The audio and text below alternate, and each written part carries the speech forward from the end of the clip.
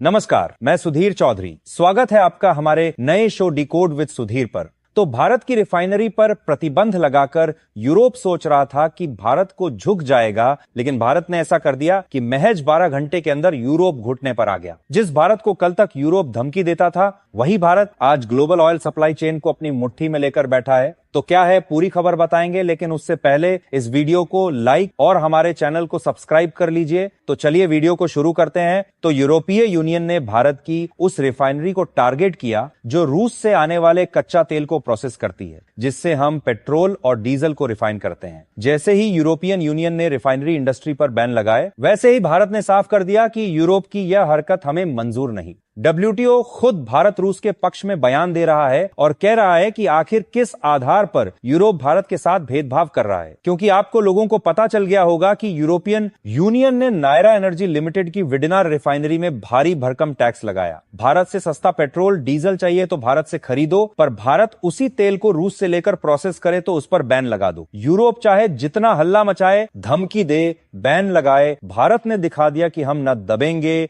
न झुकेंगे, बल्कि अब तुम्हें और तुम्हारे पूरे संगठन की अक्ल टिकाने लगाएंगे। ग्लोबल ट्रेड रिसर्च इनिशिएटिव भी कह रहा है कि यूरोप का ये कदम भारत की रिफाइनिंग इंडस्ट्री की कमर तोड़ सकता है। लेकिन यूरोप शायद भूल गया कि ये नया भारत है जो यूरोप के सामने झुकेगा नहीं, और भारत ने अपने सारे पेट्रोलियम उत्पाद Africa, Latin America, south east Asia जैसे देशों में भेजने लगा, और महज 3 दिनों के अंदर यूरोप भारत के सामने गिड़गिड़ाने पर मजबूर हो गया है। यूरोप के कई शहरों में कुछ पेट्रोल पंप पर पेट्रोल खत्म हो गया है, जिससे वहां की सारी गाड़ियां सड़कों पर खड़ी हो गई है, जिससे एक पूरा शहर जाम हो गया है। इसके बाद महज 12 घंटे के अंदर ही यूरोप ने घुटने टेक दिया और भारत को सफाई देने लगा कि जो सैंक्शन लगाया गया है वो भारत पर नहीं बल्कि रूस पर है। अंदर की खबर आपको बता दूं, यूरोप ने सोचा कि वो भारत की रिफाइनरी पर बैन लगाकर भारत को झुका देगा, लेकिन इतना तगड़ा जवाब भारत ने दिया कि महज 12 घंटे में ही यूरोपीय यूनियन को सामने आकर कहना पड़ा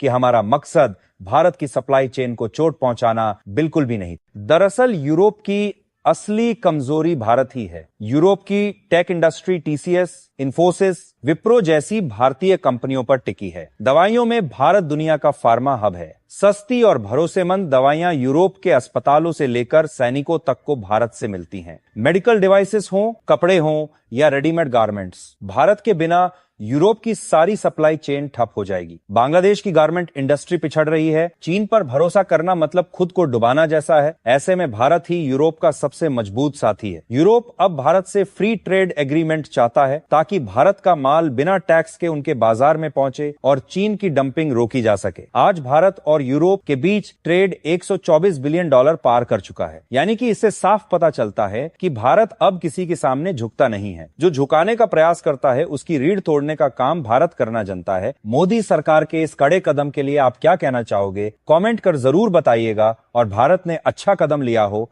तो हमारे चैनल को सब्सक्राइब करना न भूलें। वहीं देखिए, यूरोपियन यूनियन ने जब रूस को झुकाने की कोशिश की तो शायद उसने अंदाजा नहीं लगाया था कि एक दिन उसी रूस के सामने यूरोप के सबसे ताकतवर देश भी घुटने टेकने को मजबूर हो जाएंगे। पेट्रोल पंपों पर ताले लटके हैं और शहरों में ऐसी वीरानी पसरी है जैसी पिछले कई दशकों में नहीं देखी गई थी। भारत ने एक झटके में पूरा खेल पलट दिया है। युद्ध के बाद जब भारत ने साफ कर दिया कि उसकी विदेश नीति राष्ट्रीय हितों के अनुसार ही चलेगी, तो अब यूरोप ने चुपचाप अपनी चालें चलनी शुरू कर दी हैं। यूरोपियन यूनियन ने यह कदम उठाते हुए वर्ल्ड ट्रेड ऑर्गेनाइजेशन यानी WTO के नियमों को भी ताक पर रख दिया। वहीं यूरोप को भी समझ में आ गया कि भारत से पंगा लेना अपने पैरों पर कुल्हाड़ी मारने जैसा है। भारत ने खुली धमकी देने के बजाय बैकडोर डिप्लोमेसी से काम लिया। स्ट्रेटेजिक कम्युनिकेशन के तहत भारत ने साफ कह दिया कि अगर यूरोपियन यूनियन ने दबाव डाला तो भारत फ्री ट्रेड एग्रीमेंट यानी FTA से पीछे हट सकता है, जिससे यूरोप को भारी नुकसान हो सकता है। वहीं देखिए, जहां एक तरफ अमेरिका और नाटो दिन रात रूस और भारत पर शिकंजा कसने में लगे हैं, वहीं दूसरी तरफ पुतिन ने डोनाल्ड ट्रंप को फिर से खुली चुनौती दे दी है और कहा है कि जो करना है कर लो, रूस झुकने वालों में से नहीं है। अमेरिका और नाटो के बाद अब यूरोप के सख्त सैंक्शन ने रूस की सप्लाई चेन को हिलाकर रख दिया है। पर ऐसे में भारत ने दोस्ती का ऐसा उदाहरण पेश किया जिसने सारी दुनिया को एक बार फिर दिखा दिया कि भरोसा किसे कहते हैं। दरअसल भारत ने हाल ही में 125 टन चावल की 5 बड़ी खेप भेजकर न सिर्फ रूस की खाद्य सुरक्षा को मजबूत किया, बल्कि दुनिया को बता दिया कि भारत जब दोस्ती निभाता है तो दुनिया की टैरिफ पॉलिटिक्स भी उसे रोक नहीं सकती। इस चावल का अनुमानित मूल्य करीब $4,70,000 आंका गया है और पुतिन अब वो करने जा रहे हैं जिसकी भनक किसी को नहीं थी। पुतिन भारत बहुत जल्द आने की तैयारी में है और पुतिन इस बार सिर्फ यूरोपियन यूनियन के 27 में से 19 देश अब भारत से माफी मांग रहे हैं, प्रतिबंध हटाने की भीख मांग रहे हैं और हर हाल में भारत से तेल लेने के लिए गिड़गिड़ा रहे हैं। जिस भारत को कल तक यूरोप कमजोर समझता था, वही भारत आज ग्लोबल ऑयल सप्लाई चेन को अपनी मुट्ठी में लेकर बैठा है। भारत ने न सिर्फ अपने शैडो शिप्स पर लगे प्रतिबंधों की काट निकाली, बल्कि पूरा ऑयल रूट डाइवर्ट कर दिया है। यूरोप के हिस्से का तेल अब अफ्रीकी देशों की तरफ भेज दिया गया है और यही भारत का सबसे बड़ा मास्टर स्ट्रोक बन गया। अभी तो भारत ने अपनी सप्लाई का सिर्फ 40% हिस्सा डाइवर्ट किया है और इससे ही यूरोप में हाहाकार मच गया है। सोचिए अगर भारत ने 60% या 80% तक कटौती कर दी तो यूरोप के शहरों में क्या हाल होगा। कीमतें आसमान पर जाएंगी, जनता सड़कों पर आग लगाएगी। आज हालात ऐसे हैं कि यूरोपियन यूनियन के भीतर ही बगावत शुरू हो चुकी है। जिन देशों ने भारत के खिलाफ एकजुट होकर प्रतिबंध लगाए थे, अब वही देश अपने दस्तावेज फाड़कर भारत के पैरों में गिर रहे हैं। ट्रंप के लिए भी यह बड़ा झटका है क्योंकि उसकी साजिश अब उल्टी पड़ चुकी है। आज भारत ने पूरी दुनिया को दिखा दिया कि वो सिर्फ ऑयल रिफाइनरी का राजा नहीं, बल्कि सप्लाई चेन का बादशाह है। भारत जब चाहे पूरा यूरोप ठप कर सकता है और कोई उसे रोक नहीं सकता।